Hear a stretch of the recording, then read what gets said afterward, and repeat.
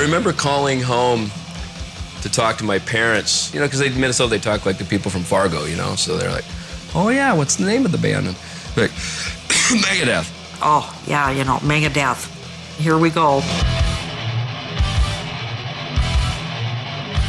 Buzz about the formation of the new band ran rampant throughout the metal underground.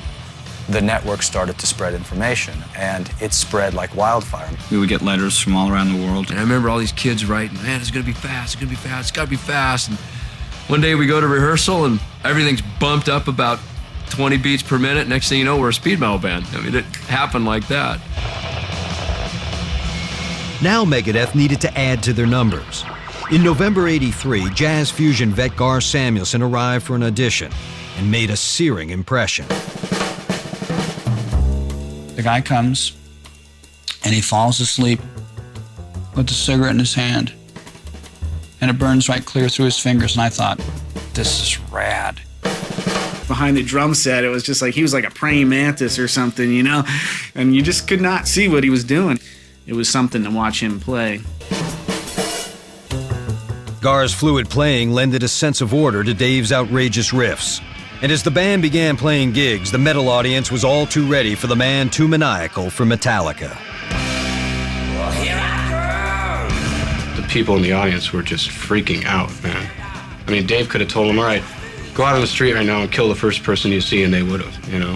That's the kind of vibe it was. Guitarist Chris Poland, who'd played with Gar Samuelson in a jazz band, instantly went backstage and asked in to Gar's new group. They gave us such an unpredictable chemistry, not only because of the drug part, but because of the playing part. Chris is an amazing guitar player, could play circles around me, and he wanted to be in the band, and that was the first real lineup, was Gar, Chris, David Ellefson, and myself. With his lineup complete, Dave Mustaine was finally ready to answer Metallica with a band of his own. And people were just frantic. I mean, it was just like electricity. I'd never seen anything like that. No one ever reacted to music like that. Next, Megadeth on a rampage. It was no bad boy image, man. We were just out of control. We were just, you know, all guns blazing and at all times, 24/7. And later, Dave Mustaine gives in to the needle. I finally realized that, you know, the jig's up. I've lost this battle. I'll never win.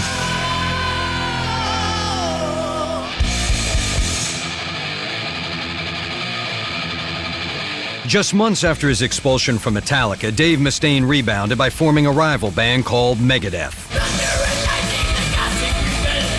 But in the winter of '83, his old bandmates stole his thunder when they released their debut album, Kill 'Em All. I remember the day Kill 'Em All came out, and I listened to it, and I heard the first song, and my stuff was on there. I was fuming because I told him not to use my music. His ex-bandmates maintained Dave said nothing of the kind. Still, Mustaine was now more determined than ever to outmuscle Metallica. He sped up the tempo of Megadeth's assault and made his lyrics even more nihilistic.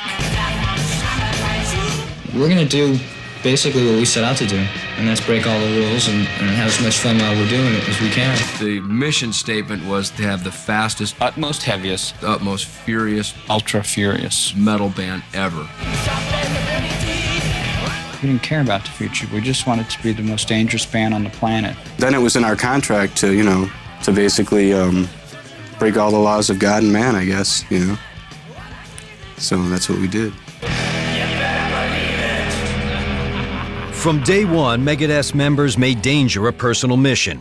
Mustaine and Ellefson's appetite for self-destruction was matched by Chris Poland and Gar Samuelson.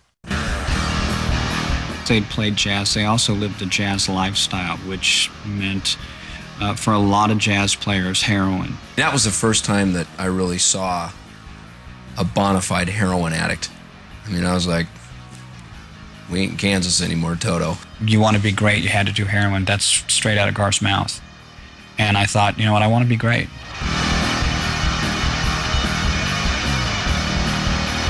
While Chris and Gar were full-blown junkies, Mustaine and Ellefson were soon snorting heroin and mixing it with cocaine, a deadly cocktail known as a speedball. It was great. The heroin helped you come down off the cocaine. Now I knew why everybody did speedballs. I know why they did it. And I forgot that everybody died from it. I forgot that part. It was no bad boy image, man. We were just out of control. The band's reckless ways only fed their growing reputation in the metal underground.